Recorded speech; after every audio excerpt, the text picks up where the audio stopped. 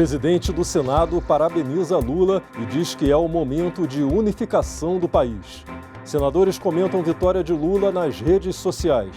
E Senado comemora Dia do Médico em sessão especial no plenário. Boa noite, hoje é segunda-feira, 31 de outubro, e o Senado Notícias está no ar.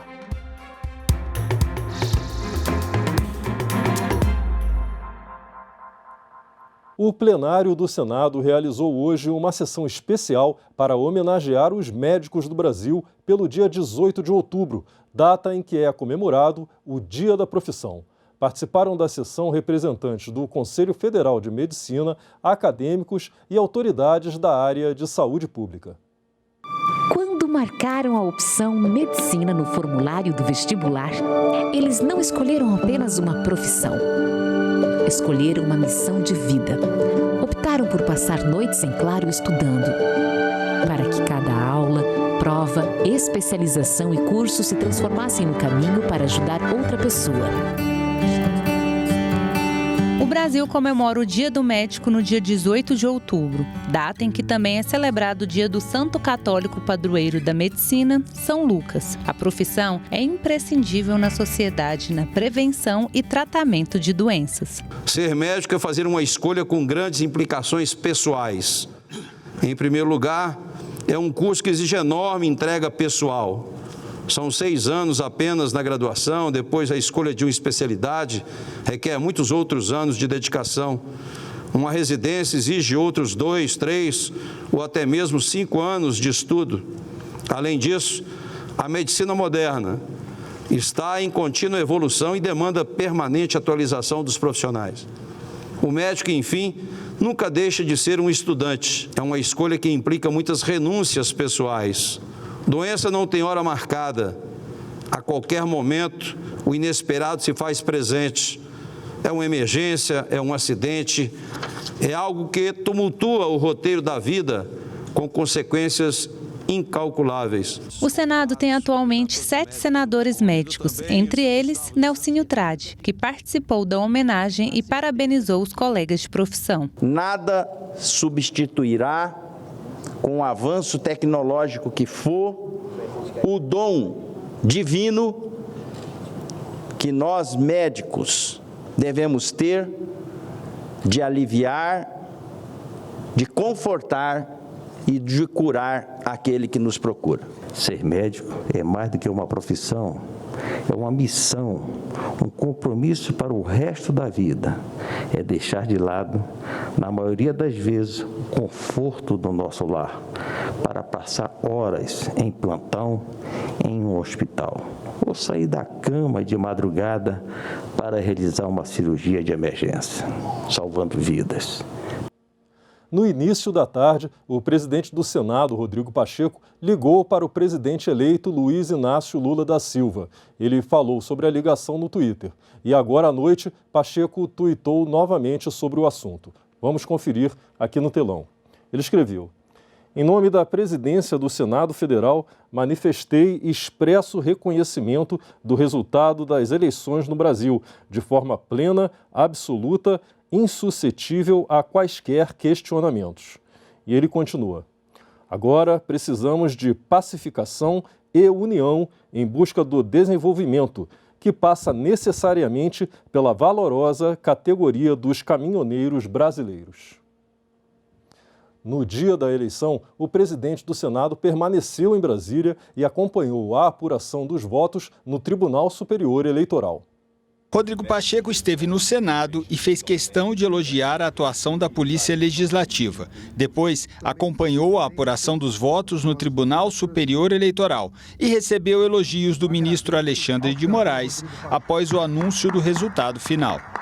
Eu quero agradecer aqui ao presidente do Senado e do Congresso Nacional, senador Rodrigo Pacheco, e fazer justiça à sua excelência, que sempre foi um defensor incansável da democracia, um defensor incansável do Estado de Direito e um grande parceiro da Justiça Eleitoral. De volta ao Senado, Rodrigo Pacheco fez a sua avaliação do segundo turno das eleições. Todos os candidatos que disputaram essas eleições de primeiro e de segundo turno Todos eles, vitoriosos ou derrotados, contribuíram para a construção democrática, para o debate de ideias e para a nossa democracia.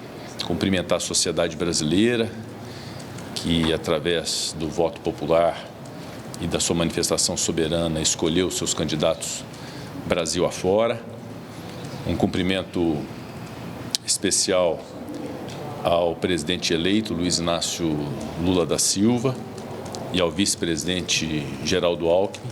Quero fazer também um reconhecimento público importante à Justiça Eleitoral brasileira, aos servidores da Justiça Eleitoral, aos juízes eleitorais, os tribunais regionais eleitorais, os 27 TRS no Brasil e também o Tribunal Superior Eleitoral, que, sob o comando do ministro Alexandre de Moraes, cuidou de promover, através das urnas eletrônicas, orgulho nacional, as eleições no Brasil.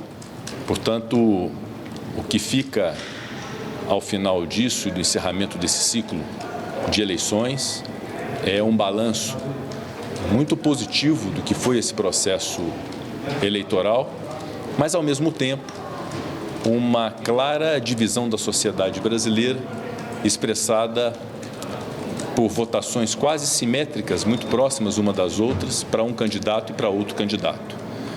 O papel dos novos mandatários é seguramente o de buscarem reunificar o Brasil.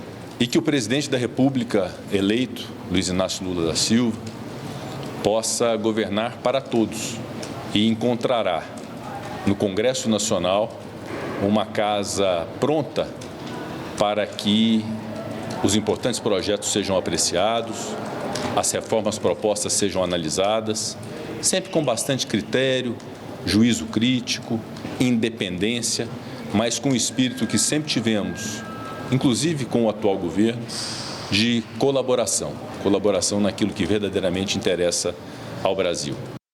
Senadores de diferentes partidos comentaram a vitória de Lula no segundo turno. Muitos disseram que a hora é de pacificar o país. A senadora Simone Tebet comemorou. As urnas falaram. Venceu a democracia e a verdade. Viva o povo brasileiro! Rogério Carvalho também ressaltou que o Brasil tem jeito e está pronto para retomar seu protagonismo. O senador Eduardo Girão disse que agora, mais do que nunca, precisamos multiplicar esforços em defesa da vida, da família e liberdade. Que os novos senadores sejam fiéis às causas que os elegeram, disse ele. Marcos Duval declarou: lutei para que continuasse a atual política de desenvolvimento do presidente Bolsonaro, mas essa foi a vontade da maioria dos brasileiros e deve ser respeitada numa democracia consolidada como a nossa. Já o senador Tasso Gereissati manifestou a esperança de que Lula e Alckmin possam reunificar o país com um Brasil desenvolvido, justo e humano. Mara Gabrilli disse que respeita o resultado das urnas e que vai continuar mantendo suas convicções e trabalhando em defesa dos mais vulneráveis e combatendo a corrupção. Líder do governo Bolsonaro no Senado, Carlos Portinho, escreveu que o país ainda está muito dividido. Um Congresso hostil e um novo presidente que terá a chance de reescrever a sua história nesse cenário adverso e na era da tecnologia e das novas relações de trabalho. Já o senador Alessandro Vieira destacou que, apesar de toda a polarização agressiva, os eleitores manifestaram sua vontade pelo voto livre e soberano. Agora é juntar forças para reconstruir o Brasil, concluiu ele. O senador Omar Aziz, que foi presidente da CPI da pandemia, gravou um vídeo. Presidente Lula, o senhor terá a partir de hoje uma tarefa muito importante. A primeira delas é unificar o país. Não há perdedores e nem ganhadores numa democracia. Há a democracia que ela ganha. E nesse momento temos que respeitar as urnas e parabenizar o presidente Lula. Viva o Brasil! Viva a democracia! Vamos unificar o nosso povo. A vitória de Lula repercutiu também entre líderes internacionais. Governantes dos Estados Unidos, Canadá, Argentina e Portugal são alguns dos políticos que reconheceram o resultado das urnas. O presidente dos Estados Unidos, Joe Biden, afirmou em declaração oficial: "Parabenizo Luiz Inácio Lula da Silva por ser eleito o próximo presidente do Brasil, após um processo eleitoral livre, justo e confiável. Espero trabalharmos juntos para continuar a cooperação entre nossos dois países nos próximos meses e anos." O presidente da França, Emmanuel Macron, cumprimentou o presidente eleito pelo Twitter. "Parabéns, caro Lula, por sua eleição que dá início a um novo capítulo da história do Brasil. Vamos unir nossas forças para enfrentar os muitos desafios comuns e renovar o vínculo de amizade entre nossos dois países." O primeiro-ministro do Canadá, Justin Trudeau, afirmou também pelo Twitter: "O povo do Brasil falou. Estou ansioso para trabalhar com Lula, fortalecer a parceria entre nossos dois países, entregar resultados para canadenses e brasileiros e avançar em prioridades compartilhadas, como proteger o meio ambiente." Alberto Fernandes, presidente da Argentina, tuitou: "Parabéns, Lula. Sua vitória abre um novo tempo para a história da América Latina.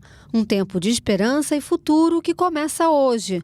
Aqui você tem um parceiro para trabalhar e sonhar alto com a boa vida de nossos povos." Pedro Sánchez, chefe de governo da Espanha, postou: "Parabéns, Lula, pela sua vitória nessas eleições, em que o Brasil decidiu apostar no progresso e na esperança. Vamos trabalhar juntos pela justiça social, igualdade e contra as mudanças climáticas. Seu sucesso vai ser do povo brasileiro." Gustavo Petro, presidente da Colômbia, publicou apenas "Viva Lula" no Twitter. E Marcelo Rebelo de Sousa, presidente de Portugal, disse num comunicado oficial: "O presidente da República felicita o presidente Luiz Inácio Lula da Silva pela eleição como presidente da República Federativa do Brasil." Em 12 estados, os eleitores só definiram o governador agora no segundo turno. Confira quem são os eleitos em Alagoas, Amazonas, Bahia, Espírito Santo, Mato Grosso do Sul, Paraíba, Pernambuco, Rio Grande do Sul, Rondônia, Santa Catarina, Sergipe e São Paulo. Em Alagoas, o vencedor foi o atual governador Paulo Dantas, do MDB, que disputou com o senador Rodrigo Cunha, do União Brasil. No Amazonas, o atual governador Wilson Lima, do União Brasil, se reelegeu, vencendo o senador Eduardo Braga, do MDB.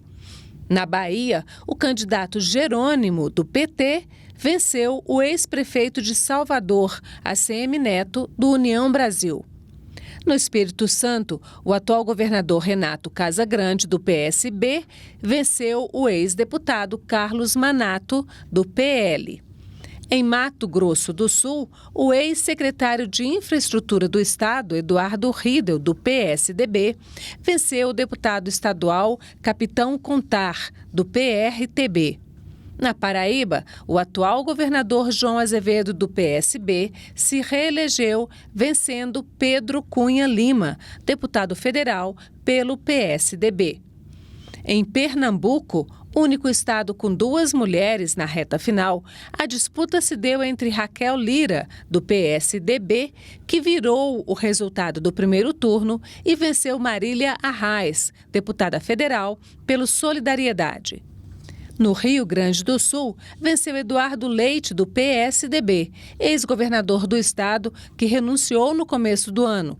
Ele concorreu com Onyx Lorenzoni, deputado do PL e ex-ministro nos governos Temer e Bolsonaro. Em Rondônia, o atual governador, Coronel Marcos Rocha, do União, se reelegeu, vencendo o concorrente Marcos Rogério, senador pelo PL. Em Santa Catarina, Jorginho Melo, senador do PL, venceu o ex-deputado do PT, Décio Lima. Em Sergipe, venceu o deputado federal Fábio Mitidieri, do PSD, que disputou com o senador Rogério Carvalho, do PT. E em São Paulo, o vencedor foi o ex-ministro da Infraestrutura do governo Bolsonaro, Tarcísio de Freitas, do Republicanos, que disputava com o ex-prefeito de São Paulo, Fernando Haddad, do PT. Jorginho Melo, do PL de Santa Catarina, foi o único senador que foi eleito governador agora nesse segundo turno. A reportagem a seguir é da TV Assembleia Legislativa daquele estado, nossa parceira na cobertura nacional das eleições de 2022. Jorginho Melo, do PL, foi eleito com quase 3 milhões de votos, 70% do total.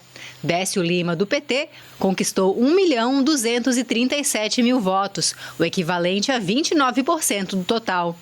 Ainda na noite de domingo, Jorginho Melo esteve no Tribunal Regional Eleitoral, onde falou sobre a eleição. Agora vou indicar as pessoas que vão fazer a transição junto ao governo de Santa Catarina, de forma muito respeitosa, né? Da minha parte vai ser assim, eu tenho certeza que da parte do governador também. Eu vou indicar depois da manhã, ele já fez um decreto, uma portaria, um decreto, colocando nomes, secretário da Fazenda e mais algum. Eu vou fazer também, não muitas pessoas, para ir tratar do governo. Dados a gente já tem. Claro que a gente já estava colhendo dados, mas vamos fazer de forma oficial para fazer a transição sem nenhum sobressalto. Jorginho também falou sobre quais devem ser as prioridades do futuro governo. Primeiro é o mutirão da saúde, né? Isso está mais claro, né? Vamos junto com os hospitais filantrópicos, com os hospitais regionais, nós vamos fazer um mutirão pagando um plus mais do que o SUS paga. Por exemplo, uma catarata paga R$400. Vamos combinar com os médicos para pagar mais 400 e eles poderem fazer no sábado de manhã, no sábado de tarde, no domingo de manhã, para limpar isso, para aliviar a dor das pessoas. Acho que o Estado tem que ser propositivo, estar ao lado de quem precisa do braço forte do Estado. Para que a imprensa pudesse acompanhar a apuração das eleições, o TRE catarinense montou uma estrutura especial na sede da entidade, no centro de Florianópolis. Desde as 5 horas da tarde, os percentuais dos votos para presidente e governador podiam ser acompanhados ao vivo em vários telões. Um desses telões mostrava o resultado das eleições suplementares de Canoinhas, no Planalto Norte catarinense, onde Juliana Maciel, do PSDB, foi eleita prefeita com 38,37% dos votos e vai substituir o atual prefeito e vice, que foram afastados por problemas com a justiça. Ao longo do dia, em Santa Catarina, mais de 4,5 milhões de eleitores compareceram às urnas em todos os 295 municípios catarinenses. Muito tranquila, nós já estamos até o último boletim das 16 horas, apenas 20 ocorrências, ocorrências relacionadas à boca de urna, transporte de irregular de eleitor, propaganda irregular, então ocorrências simples que foram resolvidas no local através do termo circunstanciado, que revela a tranquilidade que foi. Para o segundo turno das eleições, a Justiça Eleitoral preparou mais de 3.500 locais de votação, com cerca de 16.600 urnas. As eleições foram consideradas tranquilas pelas entidades que participaram da organização do pleito. Foi tranquila, não tivemos muitos sérios incidentes, tivemos aqueles típicos de eleição, né? Compra de votos, boca de urna e também extremamente e devidamente apuradas pela Polícia Civil e pela Polícia Militar, imediatamente. Tudo ocorrendo dentro da normalidade, à exceção de uma sessão eleitoral onde foi convertida em voto em cédula de papel, no município de Salete, mas o resultado foi a contento porque conseguimos recuperar as informações que tinham naquela urna até então, compor com os da cédula e emitir o resultado daquela sessão. Fora isso, as outras ocorrências todas dentro do esperado. Disputa estadual no segundo turno afeta a composição do Senado. Com a vitória do senador Jorginho Melo para o governo de Santa Catarina, a bancada do PL em 2023 passa para 14 senadores e a do MDB, 10. 5 senadores disputaram neste domingo o segundo turno para o governo de seus estados. No entanto, apenas o senador Jorginho Melo, do PL de Santa Catarina, saiu vencedor nas urnas. A vitória de Jorginho Melo levará à posse da sua primeira suplente, Ivete da Silveira, do MDB. Com a troca, a bancada do PL perde um senador, mas continua sendo a maior da casa. A composição partidária do Senado para 2023 ficou da seguinte forma: 14 senadores do PL, 11 senadores do PSD, 10 senadores do Partido União Brasil, 10 senadores do MDB, 9 senadores do PT, A bancada do Podemos e do PP vão contar com 6 senadores cada, já a do PSDB com 4 senadores. O PDT e Republicanos contarão com 3 senadores cada.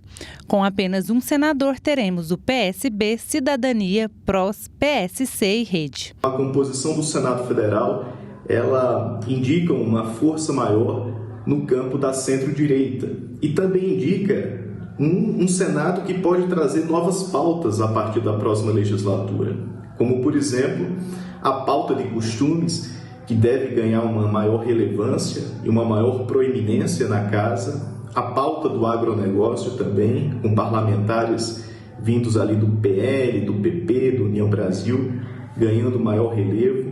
O tema da segurança pública também deve ganhar um destaque maior na casa, e também temas vinculados a causas sociais, sobretudo ali de combate à pobreza. Outro ponto relevante nessa eleição é a diminuição da fragmentação partidária no Senado Federal. Em 2019, o Senado começou a atual legislatura com 21 partidos, com assento na Câmara Alta do Parlamento Brasileiro. E agora, na próxima legislatura, serão 15 partidos. A vitória do senador Jorginho Melo aumenta a previsão inicial da bancada feminina do Senado para 2023.